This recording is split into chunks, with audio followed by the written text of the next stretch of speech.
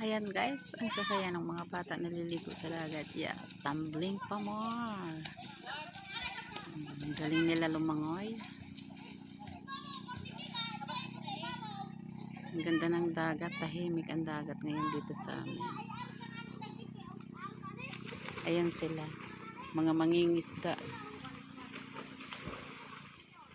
Ang gamit nila ngayon is pakitang ba kung tawagin dito sa amin. Yung isang box na maraming bingwit.